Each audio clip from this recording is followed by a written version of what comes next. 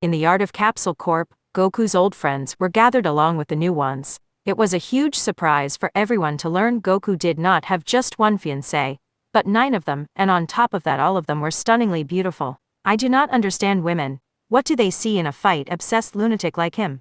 Yamcha said with envy and jealousy in his voice. I do not know much about that kind of thing, but I think what draws them to him is his personality, and the way he is. Tien answered the envious Yamcha. Ha ha ha ho, this Goku never stops surprising me, bringing in so many beauties. I hope they let me get a little puff puff. Master Roshi said, looking at the girls in his usual lecherous way with blood dripping from his nose thinking about it. Elsewhere we could see Goku and Piccolo talking calmly. Hey son, it looks like your power grew a lot during your time in that world, Piccolo said with a smile, seeing his friend had never stopped training. He, you know I never stopped training to push myself further, and right now my goal is to fully master the blue form. Goku answered with a hand on his hip, clenching his fist with a smile. You never change, and that is exactly what makes you who you are, Piccolo told him with a nostalgic smile, remembering old times. Hey Piccolo, could I ask you a small favor? Goku said to his friend, clasping his hands together. What kind of favor? The Namekian asked, curious to hear what it would be. I would like you to train 3 people a little. I am asking you because I know there is no better teacher than you, Goku said, remembering how Piccolo had trained Gohan. Fine by me since you are the one asking, Piccolo answered positively since it was his friend making the request. Thanks, I owe you one. Goku thanked him with a smile, and then called over the ones who would be trained. Medica, Tiamat, Zenobia, come here for a second. Goku called out to them, and the 3 approached. What is going on, Goku? Medica asked, not knowing why she had been called. Goku, what do you need? Tiamat answered the call from her master, thinking he needed something from her. Did you call me? Zenobia asked, arriving quickly. Girls, I would like you to meet my good friend Piccolo. He is a great teacher, and he agreed to train you while we are in this world. Goku explained why he had called them over. Really? Medica said, excited with little stars in her eyes. Goku, I do not want to be a killjoy. But are you sure he will be a good teacher? Tiamat asked, skeptical about the convenient offer. Could I become as strong as you? Zenobia asked excitedly. You could not be more sure. When it comes to techniques and fighting styles, Piccolo has the widest range of anyone. Goku answered Tiamat, who did not seem too convinced. Hey son, are you sure you want me to train these girls? They do not look like they could handle my training, Piccolo said, a little offended by what Tiamat had said. Relax, even if it does not look like it. Medica is quite strong. Tiamat is a dragon queen, and Zenobia is determined to grow stronger, Goku answered, pointing at the girls. We will see if they can last even one day. If they manage it, I will acknowledge them, Piccolo said with a half smile that scared the girls. Thanks Piccolo. I promise you they will earn your approval, Goku said with a big smile, which made the girls feel a great deal of pressure from the expectations now placed on them. Elsewhere we could see the others chatting amicably, getting to know each other. So you are Son Goku's son, Sir Zeches said, shaking Son Gohan's hand. Pleased to meet you, I am Son Gohan's son, Goku's eldest son. Gohan introduced himself, shaking the Mao's hand. Eldest son. Are there others? Riaz asked Gohan. Yes, there is one more. Hey Goten, introduce yourself to everyone, Gohan said. And from behind him peeked out a little boy who was the spitting image of Goku, but small. Hello, Goten said shyly, peeking out from behind Gohan's legs. The girls, seeing little Goten, felt as if lightning had struck them, and began to tremble, falling silent for a moment before all shouting at once. Kyaa, he is so cute, they all said, thrilled seeing the little boy. But the quickest to act was Aquino, who scooped little Goten up, lifting him into the air, overjoyed. Hello sweet little Goten, I am Mama Aquino. Can you say Mama Aquino? Aquino said, thrilled with little stars in her eyes as she held little Goten up in the air. All of them with wide eyes and big smiles waited to see if the little boy would say it or not, while Aquino held a chibi form Goten, who tilted his head, confused, not understanding what was going on.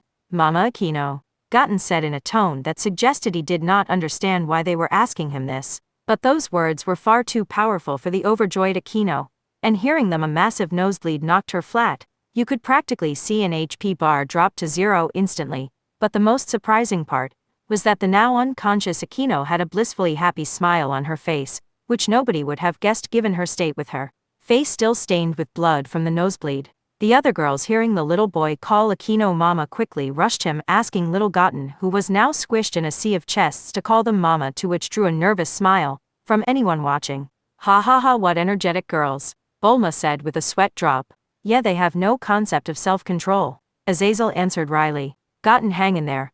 Gohan cheered on his little brother in his mind as he was surrounded by his future stepmothers. Humph, what noisy women. They have not changed a bit, Vegeta said, remembering how loud they had been the day he met them.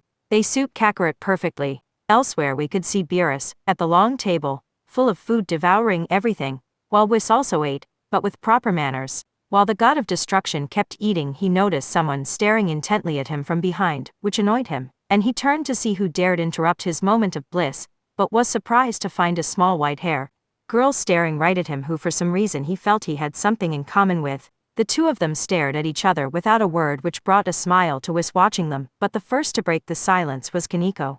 Mr. Cat? The Nakamata asked, tilting her head in confusion, which made a vein bulge on Beerus's forehead. Hey kid, show a little more respect. I am not a Mr. Cat, I am the god of destruction. Beerus answered, annoyed. Mr. Cat is a god? Kaneko asked, even more confused, tilting her head further. Beerus, with a twitch in his eye, tried not to lose his temper at the words of a child, and answered, irritated. Hey kid, I will say it one more time. I am not a Mr. Cat, I am Beerus, the god of destruction, and if you call me Mr. Cat one more time, I will destroy you. Is that clear? Beerus told Kaneko, now with his aura flaring. Here, this is for you, Kaneko said, ignoring what Beerus had said, and handed him a bag full of her own candy. Bye-bye, Mr. Cat God, she said, waving her hand as she left. These kids these days have no concept of fear, Beerus said, holding the bag of candy, watching Kaneko walk off. But for some reason she seemed to carry a scent similar to mine, Beerus said as he ate a candy. Oh, this is good.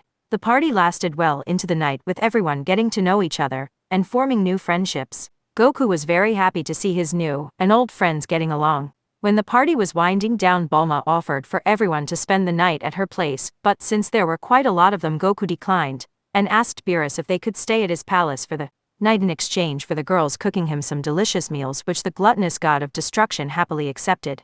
While the girls were in the great kitchen of Beerus's palace, Goku, along with Sirzeches, Azazel, Michael, Beerus, and Whis, were talking calmly. Who would have thought I would come to know a being such as yourself, Lord Beerus? The Mayo said with a happy smile at getting to meet someone like Beerus. That is true, Sirzeches. Ever since Goku came into our lives, it has just been one surprise after another, Azazel said with a wry smile, looking at Goku, who rubbed the back of his neck, embarrassed, thinking he was being complimented. But there is something I do not understand. If Lord Beerus is the god of destruction, does that mean there is a god of creation? Michael asked, confused. There is not exactly a god of creation as such, but there is Lord Zeno, who you could say is the one who created everything. Beerus answered the question. Lord Zeno does not ring a bell. Is he strong? Goku asked upon hearing the name. Goku, Lord Zeno stands above all 12 gods of destruction. If he wanted to, he could erase our entire universe in an instant. Whis answered the question, surprising those present. That is incredible. I would love to fight him someday, Goku said excitedly, which made Beerus slam the table and shoot Goku a look. Do not even think about it, understood?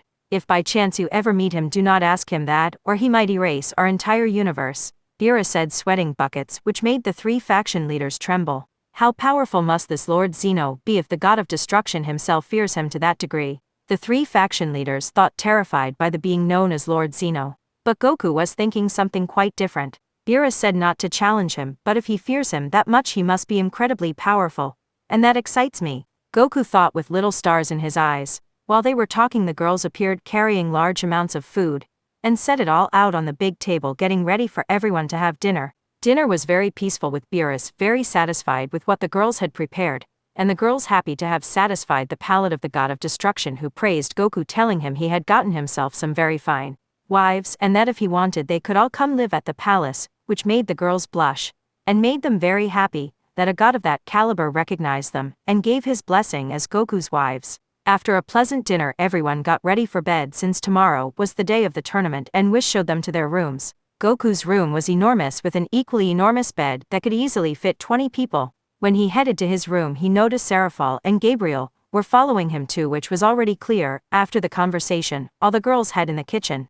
That night, the Mayo and the Archangel grew closer to Goku than ever before, and from then on made sure to visit him as often as they possibly could. Jine stayed behind at her grandson Gohan's house to get to know him better and spend time with her great-granddaughter. The tournament was about to begin, and our hero had no idea something huge was about to happen. Goku, like every day, woke up early to train. Even on the day of the tournament, he could not skip his usual routine. As he got out of bed, he noticed there were more and more women in it these days, which did not bother him much anymore since he could no longer sleep without feeling the warmth of the girls beside him, and especially not without resting his head against one of them.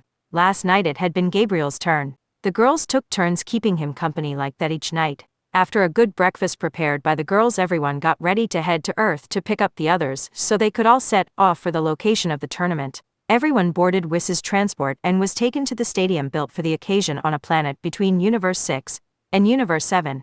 Everyone's jaws dropped when they saw that what surrounded the stadium were the Super Dragon Balls, each one the size of a small planet. "This is all like a dream," Riaz said, looking through the glass of the ship Wiss had created. "You are right, Riaz-san.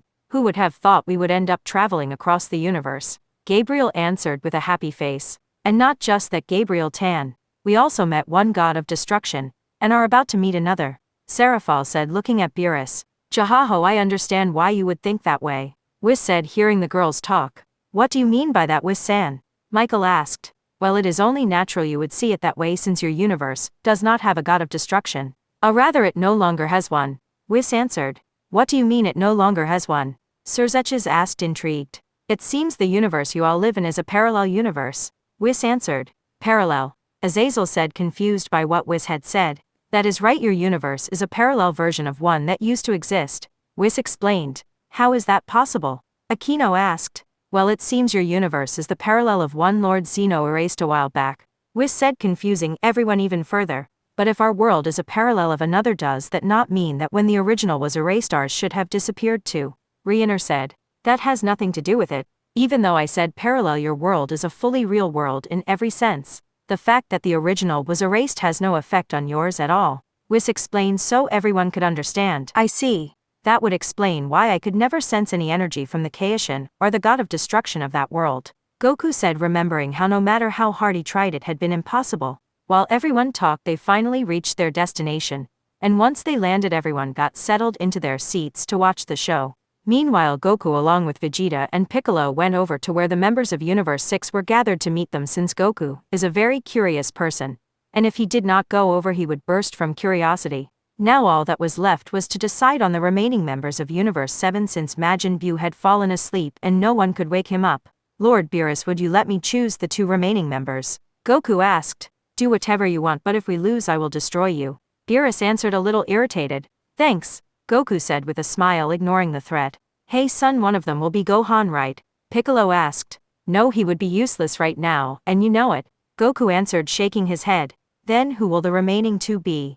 Vegeta asked. Goku looked at all his acquaintances, and with a smile pointed at the 2 participants. "Yeah, with Mecha." "Me." Issei pointed at himself, surprised. "Your wish is my command," Tiamat told Goku with a smile. "Son, are you sure about this?" Piccolo asked, worried. "It will be good training for Issei and Tiamat," Goku answered. "They will probably lose, but that is what the 3 of us are here for, right? You seem awfully confident. Do you have some kind of trick up your sleeve?" Piccolo asked.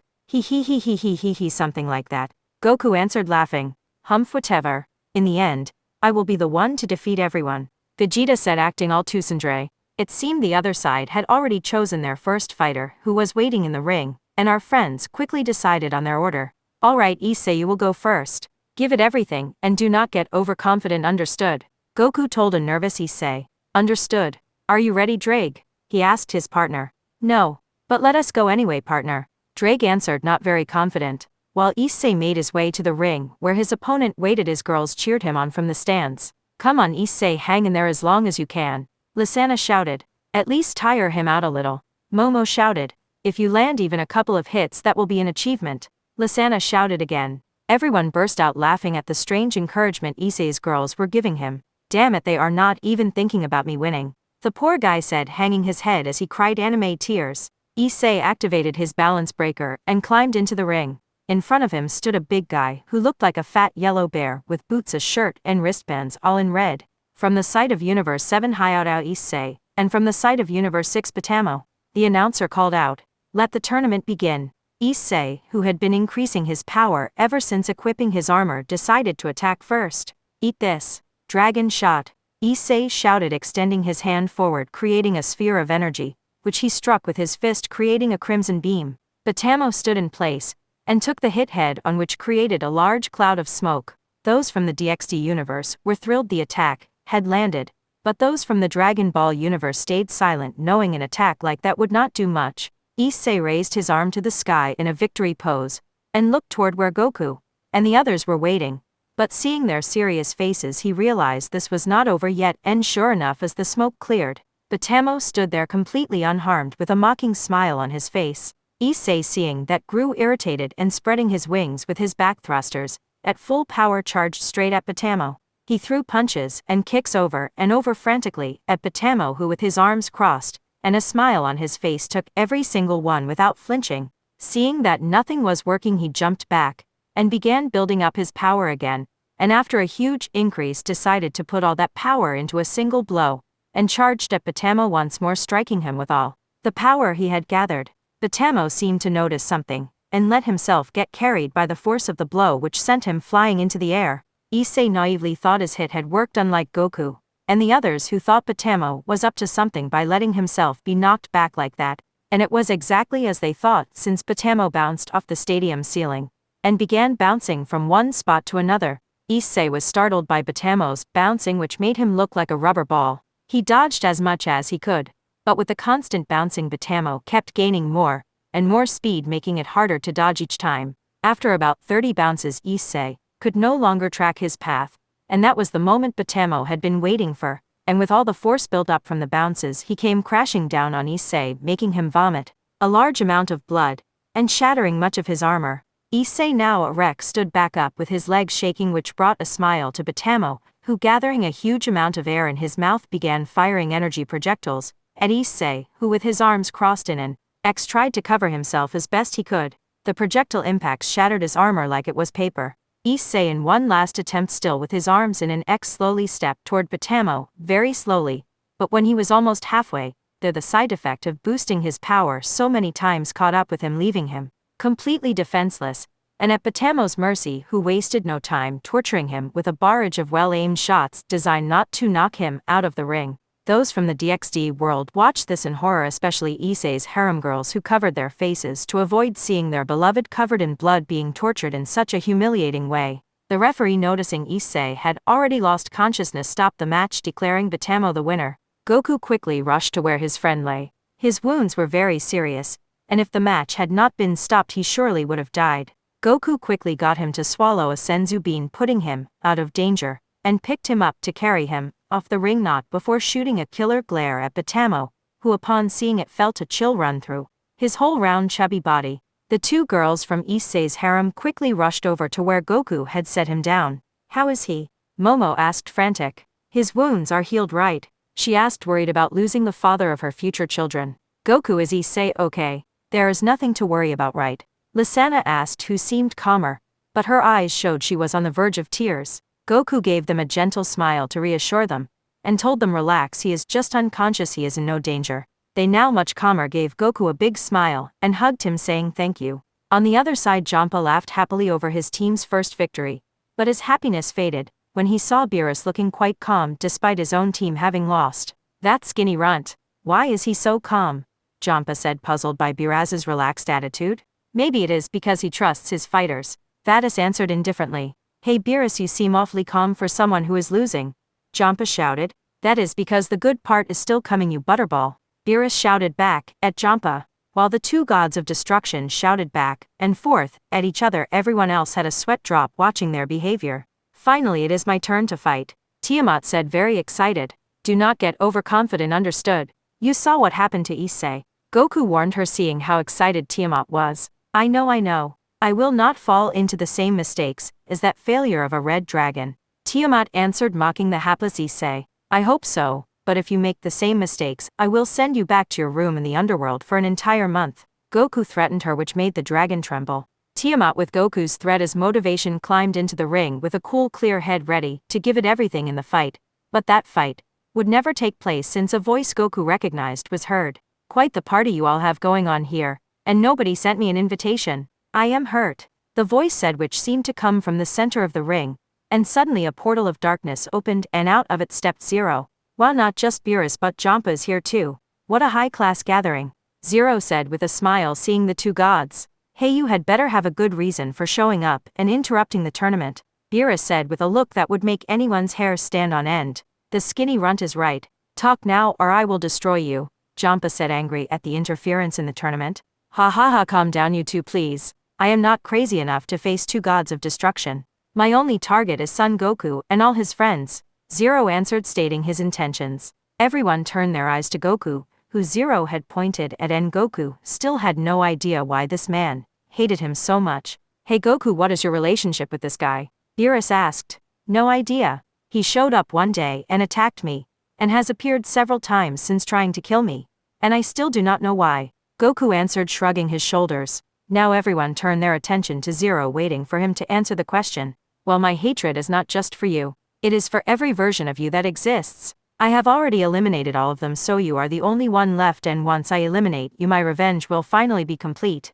Zero answered in a voice full of hatred and resentment. You killed me in other realities, Goku asked, surprised. Not just you. I killed every single one of them present, but you are the hardest one since you took a different path from all your other selves, Zero answered in an irritated tone. The fact that you decided to leave for another universe changed everything. I find it hard to believe you could have defeated both me and Vegeta, Goku said. The other versions did not have as much power, which made them easy to defeat, Zero answered. I see. Those versions of us never got past Super Saiyan, Goku said, remembering the enemies Zero had tried to use to defeat him. Humph, if those insects could not win, they got what they deserved, Vegeta said arrogantly, which made everyone's sweat drop. Hey Vegeta, how can you say that after hearing he killed you so many times? Bulma said. I could not care less. If he could not beat a bug like this, they were even less than that, just worthless losers, Vegeta answered, which drew nervous laughter from everyone. Well, let us drop the useless chatter since all of you will die right here, Zero said, cutting things short and creating a massive number of portals from which his army of shadows emerged. Everyone seeing that got into defensive positions. Those who could fight jumped in and got ready, while those who could not were protected by a barrier was created. There was no time for rivalries now, and the fighters from Universe 6 including Hit joined the battle, except Beerus and Jampa, who for the moment only watched events unfold. But the worst was yet to come, since Zero had one more trick up his sleeve, and used it, quickly creating a separate portal from which something emerged that terrified not only Goku but Vegeta as well. It cannot be, Goku said, seeing the being that emerged from the portal. This has to be some kind of joke, Vegeta said with a worried look, seeing the warrior that had come out of the portal. Ha ha ha, what do you think? My trump card. It cost me a nightmare of an effort to get his shadow, since he never let his guard down, but in the end I managed it. Zero laughed triumphantly. Everyone was confused, not understanding what exactly Goku and Vegeta feared so much about the shadow that had appeared. Is the owner of that stolen shadow someone powerful? Medica asked innocently. Quite. He is the ultimate warrior, Goku answered with a serious face. Ultimate warrior? Everyone asked at the same time, confused. Exactly, insects. He is Vegito the warrior, born from the fusion between Kakarot and me, Vegeta told everyone. Everyone exclaimed in shock at the revelation. But for some reason this one is at Super Saiyan 3, which makes him even more dangerous, Goku said. And indeed the Shadow Vegito was in Super Saiyan 3.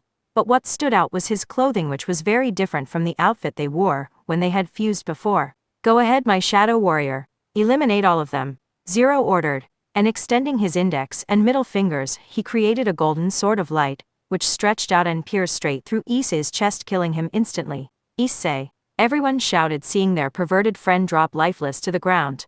Lisanna and Momo tried to run to his side, but were stopped by Gohan, who shook his head, signaling it was already too late, which was a huge shock for the girls, who began crying for their beloved. Goku enraged charged at Shadow Vegito in his blue state, but before he could even get close he was repelled by an attack called Finger Beam Scatter Shot, which struck him head on, sending him crashing into the stadium wall. Kakarot! Damn it, get ready! Vegeta shouted, full of rage, and with his arm extended forward prepared one of his best techniques. Big Bang Attack! Vegeta shouted, firing a huge blue key sphere. But Shadow Vegito copied Vegeta's attack in the same way, and the two collided in midair, with Vegeta's attack losing out and Vegeta taking the other attack straight to his body, sending him flying to the other side of stadium and crashing into the wall, just like Goku had, ending up buried in the rubble. How can he be so powerful? Medica said, amazed by Shadow Vegito's power. He defeated Goku and Vegeta in their blue states like it was nothing. Aquino said, stunned at how easily Goku and Vegeta had been handled. It is simple, girls. It is all because the warriors who formed him were exceptional, and on top of that they were rivals, which gave him an extra boost of power from that rivalry, the old Kaishin explained to them. then there is no way to defeat him. Surzuches said, already giving up hope. There is one way, but I do not think we can buy enough time for it to work. Piccolo said. There really is a way. Those from the DxD world said with hope on their faces, but the Z fighters knew exactly what Piccolo was getting at and stayed serious. Yes, that would be fusion. Piccolo said. Fusion. All the DxD members said confused. It is a technique from planet Metamer, where two people combine to temporarily create a single very powerful warrior. Piccolo explained. That is great, you should try it then. Ria said, excited, while the others nodded. But to pull it off there is a small ritual that takes some time, and I do not think that thing will let us do it. Piccolo told them. That was like a bucket of cold water for Rias and the others, since if the ritual took time it was clear that Shadow would never let them perform it. Hey Namekian, if I buy you enough time, are you sure you all can defeat him? Hit said, appearing beside Piccolo. You are Hit from Universe 6. Well, if they do it in their blue state they should be able to defeat him. Piccolo told Hit. I see. Then I will buy you that time. Hit answered, turning to leave. I hope you are not wrong or we all die. And with that he charged in to face Shadow Vegito. You heard him, Vegeta, this is our last option. Goku said, having just arrived beside Vegeta, having heard everything. I refuse to do that ridiculous dance. And I refuse to fuse with you again. Vegeta shouted with veins bulging on his head. Dance. All the DxD members said, not understanding what he meant by dance. Vegeta, you know better than anyone, just like I do, that there is no other way to defeat that Shadow of Vegito. Goku laid out the obvious fact, since they were the base components of Vegito, and knew exactly how powerful he was. Vegeta tried to say something, but could not, since he knew full well Goku was right and there was no other way. Decide now, time is running out, Piccolo said, watching Hit struggling to hold on much longer. Damn it. Fine, but this is the last time. Vegeta shouted through gritted teeth. The two of them got into position to begin the fusion dance. FUUC on HAA. And after completing the ridiculous dance, a great and powerful light covered the area just in time, since Hit had already fallen. And from the powerful light the newly born warrior was revealed with a hairstyle similar to Vegeta's, with a single strand hanging over his forehead. His face was a blend of the two of them, and he was a bit taller than Goku. I am neither Goku nor Vegeta. I am the one who will defeat you, Blue Gogeta said, pointing at Shadow Vegito. Shadow Vegito, seeing the threat, brought both hands forward, then to his hips, and fired the final Kamehameha at Blue Gogeta, who stood still in place, and with both hands forward created the Big Bang Kamehameha, cancelling out his enemy's attack. I do not have much time, so I will defeat you right now, Blue Gogeta said, and vanished from everyone's sight. Shadow Vegito, sensing danger, raised his hand to the sky, and created an enormous sword of energy. That was the exclusive attack of his Super Saiyan 3 form, the Spirit Sword Excalibur, which could erase anything it touched.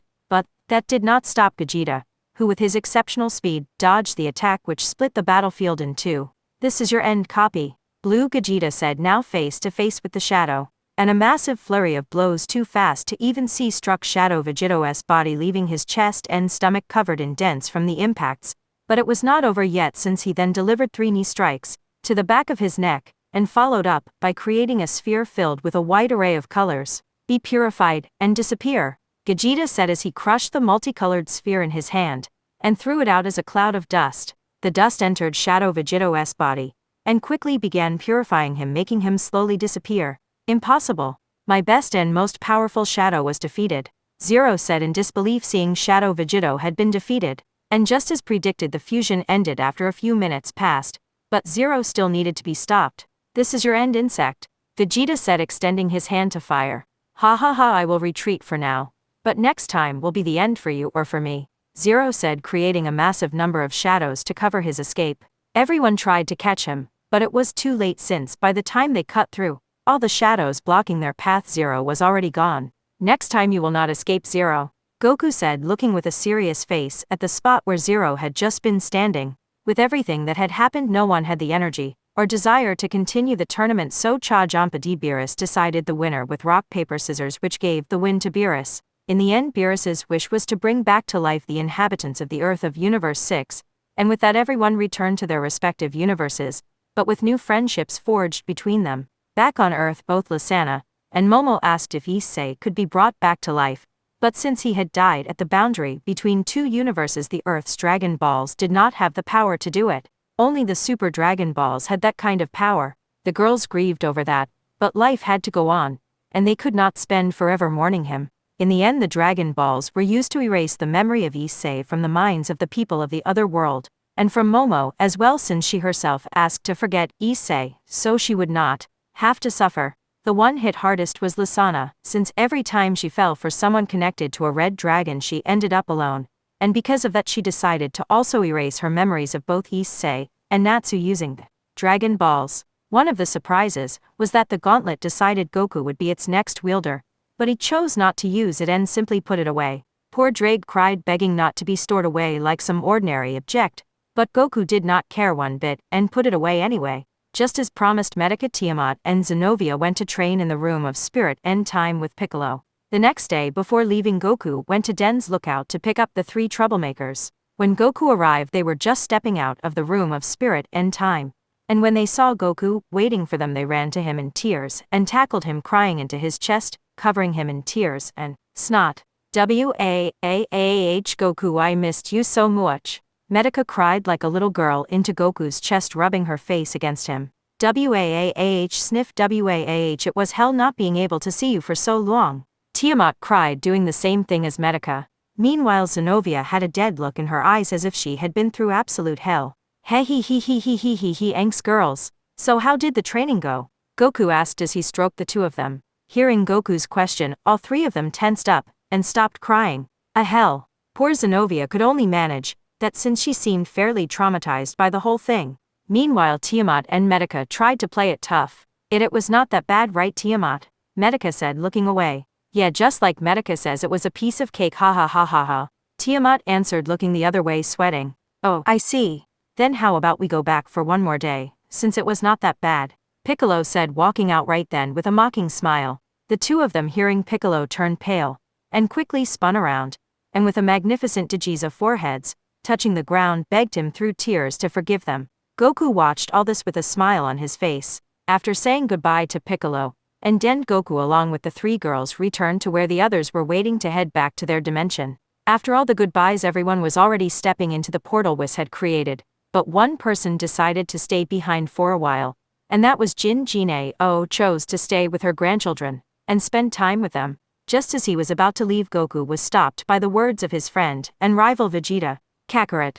Vegeta shouted, making Goku stop and turn around. Yes, Vegeta, Goku said. You had better not stop training, because very soon I will come to that world of yours and prove to you that I am the strongest. Understood, insect? Vegeta declared with a very serious face. I will be waiting for that day to come. I will never stop training either. Goku answered with a challenging smile. Vegeta, seeing that smile, knew his greatest rival would not be easily surpassed and returned the smile. And so Goku returned to the world of DxD, where new adventures awaited him in the near future. Several weeks later, one change occurred during this time, and that was that Lisanna had fallen in love with Goku. He did not want to accept her feelings, since he knew it stemmed from having forgotten about Issei. But Riaz and the others told him to give Lisanna a chance, since now more than ever she deserved to be happy. Everyone was gathered in the Occult Research Club room, except Riaz, who was handling some matter, but after a while she returned and made an announcement to the members. Everyone listen for a moment, since I have something important to tell you, Riaz declared, now seated at her desk. Everyone stopped what they were doing and stood in front of Riaz's desk to hear what she had to report. In 1 week we will have a match against the Citri clan. Riaz told everyone, who were surprised. That will be interesting, Zenobia said, excited. I am curious to see how much we have improved, Kiba said. Each of them had high expectations, since they could finally show off their improvement in combat, and none of them seemed worried. But what came next was something nobody expected. I will not be participating, Goku said, suddenly surprising everyone present. What do you mean you will not participate?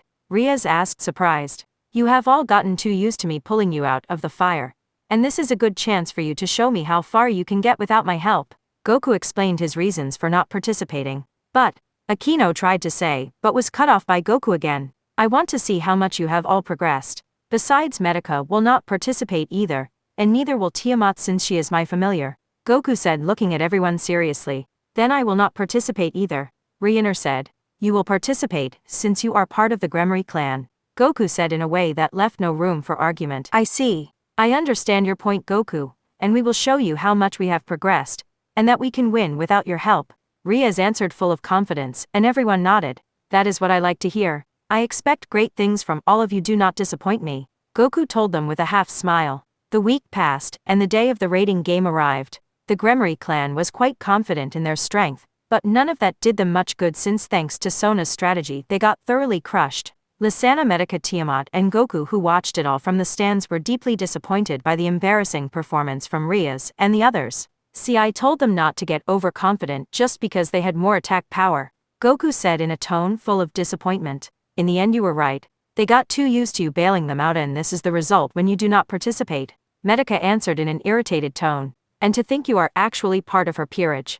Rias should kiss the ground you walk on for the honor of having you as part of her clan, Tiamat said, thinking her master was far too good for someone as mediocre as Rias. Even with Zenobia in the group they could not do anything. What a disaster, Lysana said, disappointed by the performance of Rias's clan.